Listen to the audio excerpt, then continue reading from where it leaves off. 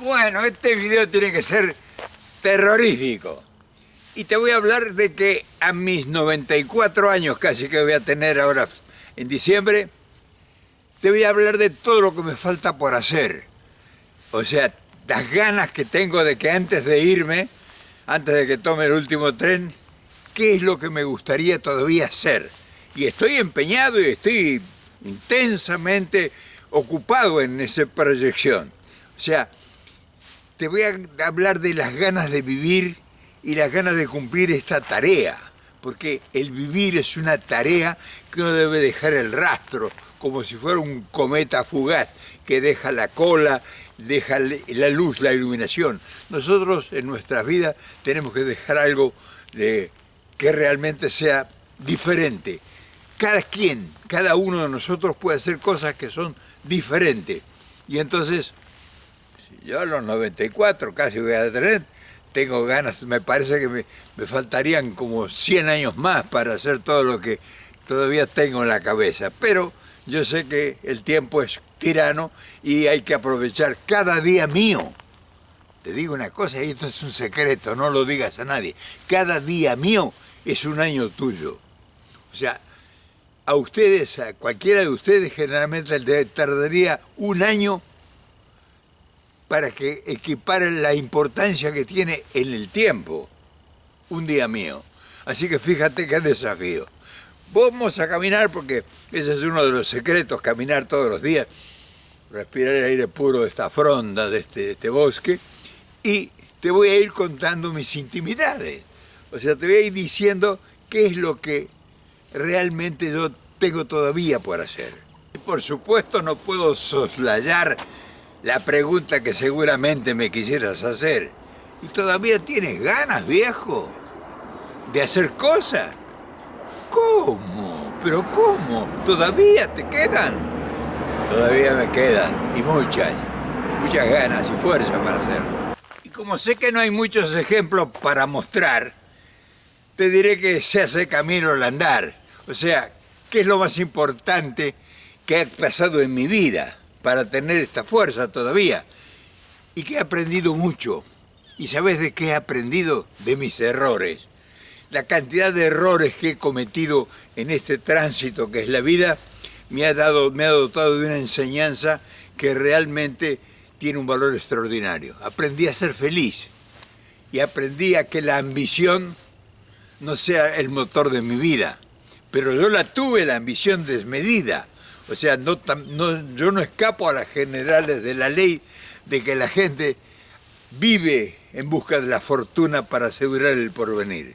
Como yo estoy en el porvenir, o sea, yo estoy viviendo en el futuro, te puedo hablar con propiedad del tema. ¿Qué te parece si conversamos de esto? Y claro, como hay muy pocas referencias para mostrar, o sea, no hay muchos viejos o ancianos de la gran ancianidad que puedan manifestar cómo la están pasando, pero también que hablen de qué pasó qué sucedió en el pasado, cómo mentalmente empezaron, lucharon, continuaron la marcha, cómo lograron la felicidad, si la felicidad era la búsqueda en los horizontes de fenómenos extraordinarios, o si la felicidad estaba rodeado en la puerta, en la casa de uno, si la felicidad constituyó la familia, los sueños, las inquietudes sublimes, el amor, la esperanza, la gratitud. O sea, todo eso son valores que uno a lo largo del camino la ha ido atravesando, como visitando estaciones en el tiempo. Y entonces, ¿qué es lo que nos ha quedado y que nos ha marcado la vida? ¿Y cuáles son las posibilidades que pudiera uno, en caso de ser preguntado, ser cuestionado, o que alguien se encontrara con uno y dice, bueno, ¿cuál es el mejor recuerdo de su vida? Y los mejores recuerdos son los que pasé con la gente que amaba, la gente que me hacía, que me daba alegría, que me daba esperanza, que no me hablaba de problemas, que me hablaba de futuro, de ensoñaciones, aunque yo sabía que pudieran ser mentiras o que no eran cosas logrables o posibles, pues eran algo que enervaba el espíritu O sea, el alma tenía ganas de volar como una paloma porque quería escapar de las realidades, que siempre las realidades, no te creas que ahora son amargas, siempre fueron difíciles, siempre fueron dificultosas, todas las luchas que uno emprende, porque siempre ha sido vencer obstáculos. O sea, te decía que lo más grande que yo tengo son los aprendizajes, porque la vida es una escuela y uno tiene que ponerle toda la fuerza para sacar las mejores calificaciones posibles.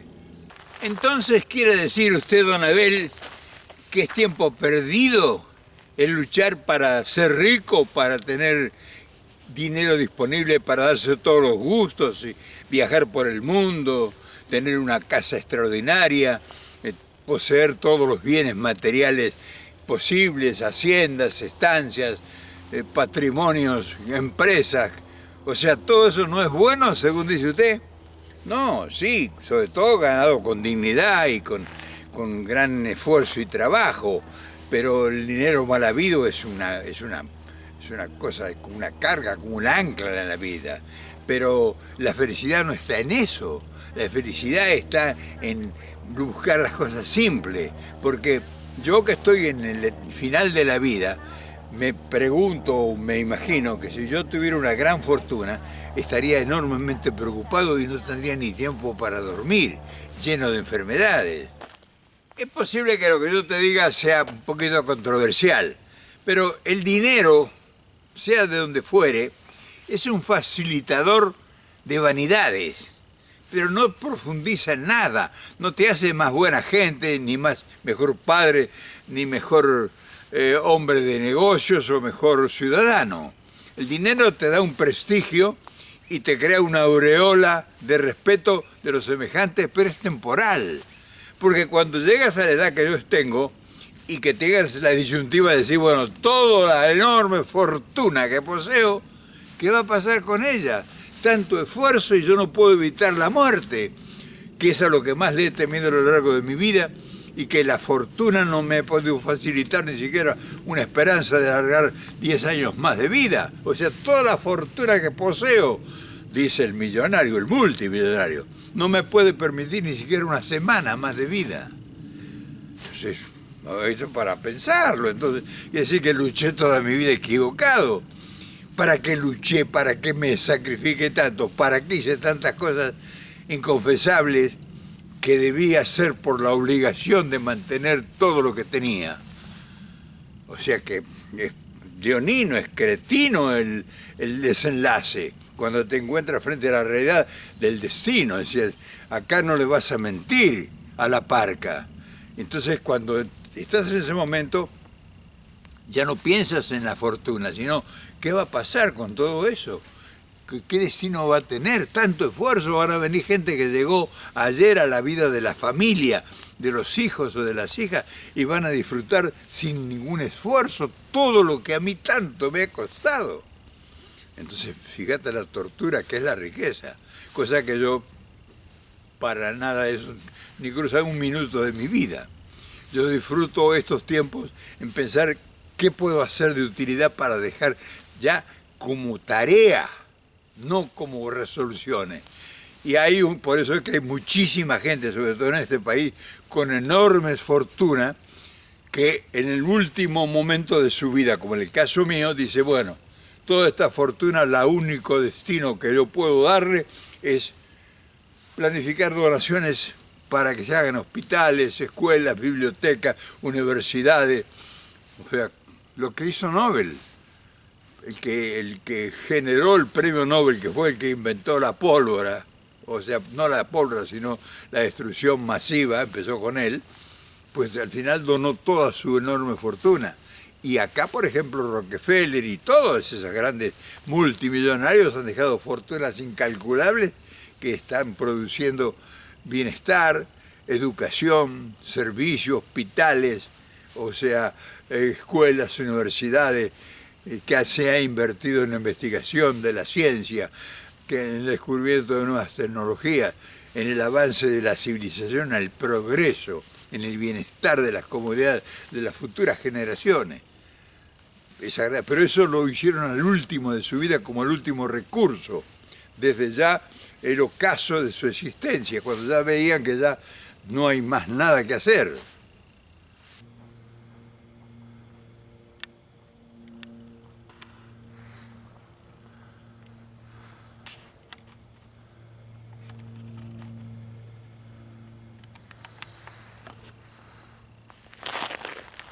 Pero no crean, no ha sido fácil el aprendizaje, porque es muy duro renunciar a las oportunidades, sobre todo cuando uno ve que la riqueza se manifiesta frente a sus ojos. O sea, tampoco te digo que te destines todas tus esperanzas a vivir en la pobreza. No, de nada, no te estoy hablando de irremediablemente querer ser pobre, no. Buscar una estancia media, donde las oportunidades o las posibilidades se den temporalmente. Por ejemplo, yo he vivido en esa forma y he tenido la fortuna de poder viajar y conocer el mundo.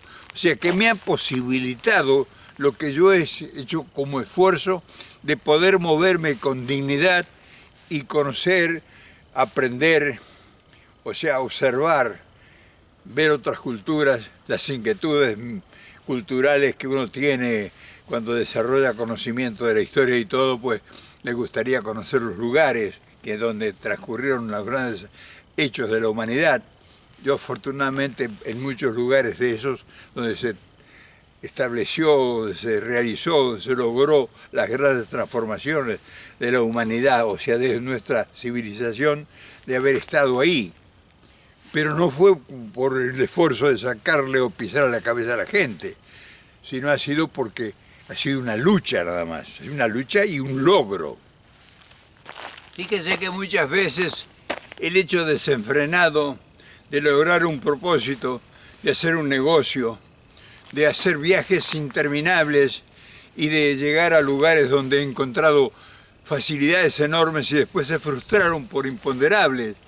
O sea, una lucha permanente, abandonar el hogar, arriesgar la riqueza, arriesgar el patrimonio, viajes que fueron viajes que dejaron solamente aprendizaje, pero en lo positivo, en lo concreto, en lo cotidiano, pues significaron una gran pérdida económica. O sea, fue una lucha de una marcha y contramarcha durante 50, 60 años, hasta que un día dije, bueno, esto no funciona, tengo que parar. Y entonces hice 2 etapas, paré a los 40 años, paré y dije, bueno, esto no funciona, esto tiene que haber otra alternativa. O sea, la riqueza, yo había probado la riqueza ya, o sea, sabía el valor que tenía y la indignidad y la indignación con la que vivían los ricos, o sea, la crueldad de sus actitudes. Es decir, había vivido entre ricos y había visto que tener la riqueza para lo que hacían ellos, o cómo se movían, o cómo concebían el mundo, y cómo miraban a los marginados sociales que ellos mismos explotaban, dije, caramba, la riqueza no es la solución de nada. Es una cosa indignante ver gente que tienen todo resuelto y que son déspotas y crueles con la gente que incluso les genera la riqueza. O sea, yo conocí eso. Por eso cuando llegué a los 40 años dije, no, esto no funciona así. No dejé de perseguir el dinero. No crean que me hice austero y que espartano, sino que busqué concebir la vida en otra forma. Creí y aposté a la familia, aposté a la renovación, o sea, a crear otra persona dentro de mí mismo. Yo venía de una gran lucha de marginación social, o sea, mi origen era un origen muy precario, de mucha pobreza, de mucho resentimiento, y vencer esa primera etapa fue difícil, o sea, una infancia dura, difícil, cruel, con trabajo, con esfuerzo, con lucha. Padres que no eran un ejemplo, sino solamente de sacrificio y de lucha, negación, privaciones de todo índole.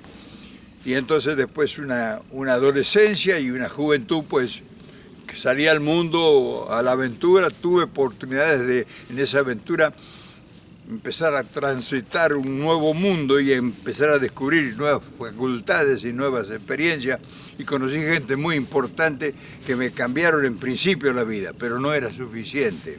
O sea, me faltaba construir el hombre que yo no era, y eso me llevó casi 10 o 15 años. Pero llegué a los 40 años y dije, bueno, esto no funciona. Y empecé una nueva vida, y me di cuenta que la felicidad la tenía alrededor mío. Y entonces me sumí en esa intensidad de la felicidad y del amor y de la lucha por la sonrisa y la carcajada de los niños. Y me puse a calentar mamilas, mamaderas y a ver a mis hijas crecer y a contarles cuentos inventados en la cama después de la tarea de la lucha cotidiana del trabajo. Y una compañera que no me faltó en ningún momento y que me fue el sostén de mi nueva vida. O sea, yo construí una nueva vida. Y eso me ha llegado a esta etapa, a 94 años casi. Y entonces, sí, tengo cantidad de cosas por aprender, pero tengo cantidad de cosas aprendidas. Y entonces, si en un momento de insinuación o de impronta me dijera, bueno, ¿y usted ahora qué?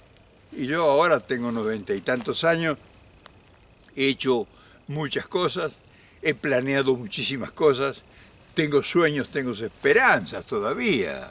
O sea, yo no debiera tener esperanza ya.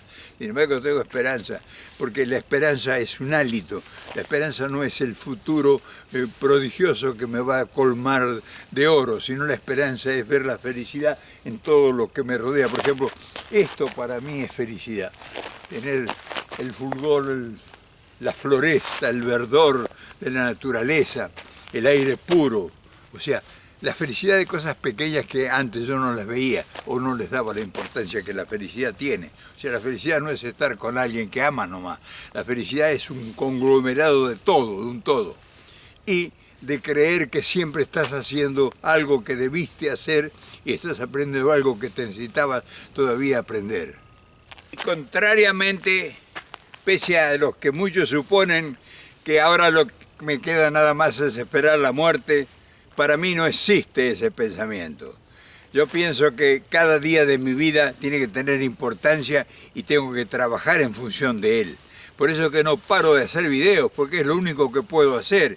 ¿Y qué puedo hacer en mis videos? Enviar mensajes, en mensajes esperanzadores que nunca termina la tarea. Uno termina la tarea si uno quiere, pero si no, sigue con la tarea hasta el último día de su vida, porque siempre hay algo para hacer, o siempre hay algo para proponer. Pero bueno, hemos hecho un breve recorrido por toda una vida. Así unos pantallazos nada más. Así que ahí les dejo mis recuerdos y mi reputación, y si quieren hasta pueden hacerla pedazo. Les mando un gran abrazo y mañana nos volvemos a ver.